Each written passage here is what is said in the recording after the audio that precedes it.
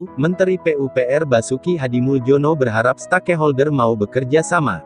Misalnya, Asosiasi Tol Indonesia (ATI), yang dia harapkan mempercepat penyelesaian sejumlah ruas tol yang dinanti-nantikan oleh masyarakat.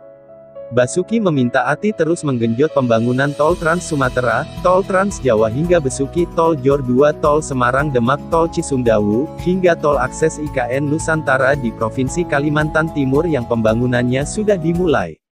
Good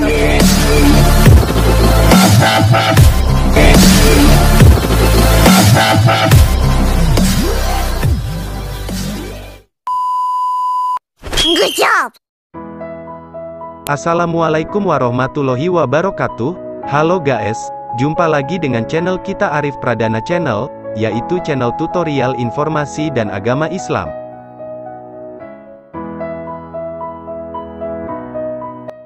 Oke guys, kali ini saya akan berbagi info tentang pentingnya konektivitas demi pertumbuhan ekonomi. Namun sebelum nonton videonya saya ingatkan yang belum sholat dulu ya guys.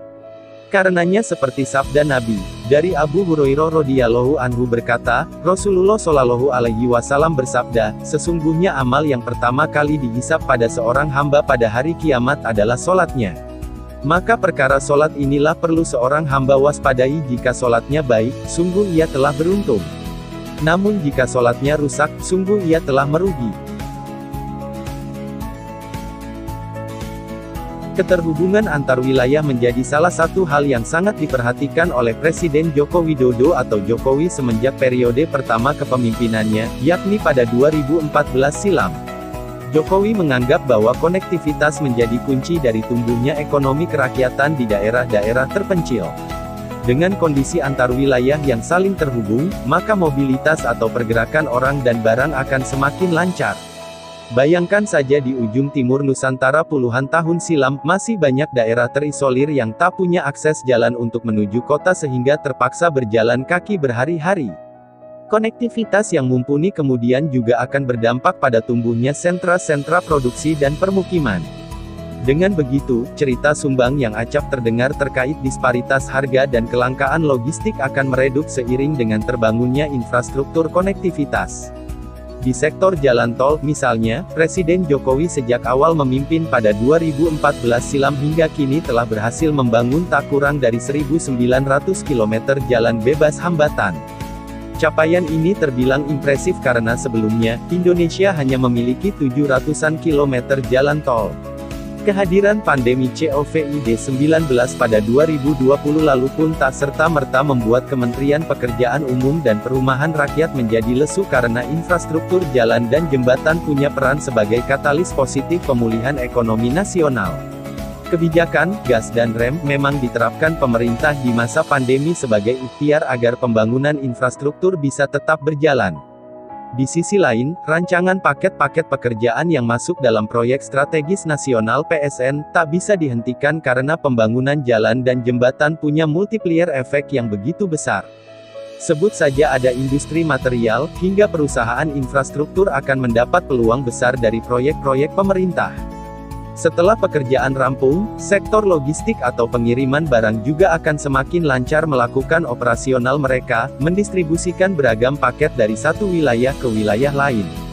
Hasilnya pun terlihat jelas. Tak sekadar jalan tol, Kementerian PUPR melalui Ditjen Bina Marga sepanjang 2020 lalu berhasil menambah capaian total panjang jalan yang beroperasi menjadi 8.655 km atau jauh melampaui target yang termaktub dalam rencana strategis, Renstra, sepanjang 4.121 km.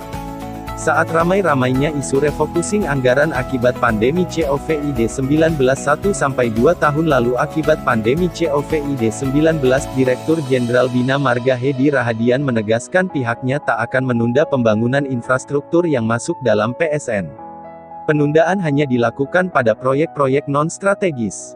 Kami siapkan terus PSN agar ketika pandemi COVID-19 betul-betul reda, perekonomian Indonesia bisa recovery dengan cepat, imbuh Hedi akhir Oktober tahun lalu. Asal tahu saja, pada periode tahun 2020 sampai tahun 2024, Kementerian PUPR ditargetkan mampu membangun jalan tol sepanjang 1.567 km. Hingga Mei tahun 2022 lalu pun, tercatat baru rampung 412 km dan akan menyusul 320 km lagi yang ditargetkan rampung akhir tahun ini. Guna memenuhi target itu, Menteri PUPR Basuki Hadimuljono berharap stakeholder mau bekerja sama. Misalnya, Asosiasi Tol Indonesia (ATI), yang dia harapkan mempercepat penyelesaian sejumlah ruas tol yang dinanti-nantikan oleh masyarakat. Basuki meminta ATI terus menggenjot pembangunan Tol Trans Sumatera, Tol Trans Jawa hingga Besuki, Tol Jor 2, Tol Semarang Demak, Tol Cisumdawu, hingga Tol Akses IKN Nusantara di Provinsi Kalimantan Timur yang pembangunannya sudah dimulai. Kita pun telah memulai pembangunan beberapa ruas tol yang penting untuk melengkapi sistem jaringan jalan nasional, seperti Tol Jogja-Solo, Tol Jogja-Bawen, Tol Gilimanuk-Mengwi, serta Tol Gedebage Tasikmalaya-Cilacap, ujarnya lewat siaran per di Jakarta. Meski fokus mengejar target pembangunan, Menteri Basuki tetap mengingatkan agar pelaku pembangunan tak abai terhadap kualitas infrastruktur yang digarap. Dalam pelaksanaan pembangunan jalan tol, Basuki mengingatkan agar seluruh badan usaha jalan tol BUJT tetap memprioritaskan kualitas, keselamatan kerja, dan penggunaan produk dalam negeri. Kualitas infrastruktur adalah sebuah keharusan. Bahkan bila mungkin, akan ada prerequisite atau prasyarat peralatan yang sedikit berlebih dari pembangunan sirkuit Mandalika beberapa waktu lalu. Dengan begitu, kualitas tol akan menjadi lebih baik. Saya mohon perbaikan sesegera mungkin dilaksanakan agar tuntas seluruhnya tahun 2023. Saya juga harap kita bisa sepakat dengan program kerja yang saya gunakan sebagai dasar dalam persetujuan penyesuaian tarif tol, kata Basuki. Perhatian Menteri Basuki terhadap kualitas jalan tol itu tak lepas dari berbagai aspek. Misalnya saja Tol Semarang-Demak yang dibangun di atas kawasan perairan. Kondisi lapangan membuat pelaku pembangunan mendapatkan tantangan tersendiri yang tak boleh luput dari perhatian. Dengan begitu, kehadiran Tol Semarang-Demak akan memainkan perannya secara optimal untuk melengkapi konektivitas jaringan jalan di Provinsi Jawa Tengah bagian utara, sekaligus menghubungkan kawasan strategis, mulai dari bandara, pelabuhan, kawasan pariwisata religi, hingga kawasan industri. Asal tahu saja, proyek Tol Semarang-Demak sepanjang 26,95 km itu terbagi atas dua seksi dengan skema kerjasama pemerintah dan badan usaha. Untuk seksi 1 yang menjadi bagian pemerintah, membentang dari Semarang, Kaligawe Sayung sepanjang 10,64 km, sedangkan seksi 2 yang menjadi tanggung jawab BUJT PT Pembangunan Perumahan Semarang-Demak akan membentang sepanjang 16,31 km dari Sayung hingga Demak. Pekerjaan pada seksi 1 pun telah terkontrak dengan kebutuhan APBN hingga Rp10 triliun. Proyeknya mencakup peninggian jembatan Kaligawe, elevated freeway, tanggul laut dan jalan utama on-off ramp, jembatan Kali Babon dan Sayung, rest area, kolam retensi Terboyo dan kolam retensi Sriwulan, serta rumah pompa Terboyo dan rumah pompa Sriwulan. Fokus terhadap kualitas infrastruktur pun sudah dimulai pada seksi 1 di mana saat ini tengah dilakukan trial embankment atau tanggul uji coba sepanjang 0,4 km dengan harapan bisa rampung pada Januari tahun 2023. Selain itu, terdapat juga 2 lapis timbunan untuk acuan pekerjaan tanggul laut dalam paket kontraktual IB yang rencananya digarap Januari tahun 2023.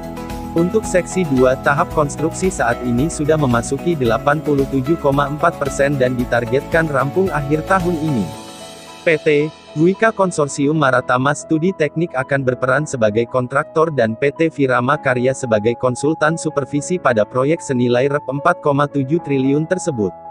Menteri Basuki berharap kualitas yang menjadi perhatian dalam pembangunan Tol Semarang-Demak akan mengatasi persoalan banjir rob yang kerap melanda Semarang Timur. Pasalnya, Kementerian PUPR akan membangun tanggul hingga 4 lapis timbunan, didukung dengan beroperasinya rumah pompa dan kolam retensi. Harus tetap memerhatikan aspek konstruksi, waktu, dan keuangan. Ini technical challenge dan benar-benar harus diperhatikan, tegas Basuki Hadimuljono. Demikian, semoga informasi ini bermanfaat. Terima kasih dan salam sehat. Wassalamualaikum warahmatullahi wabarakatuh.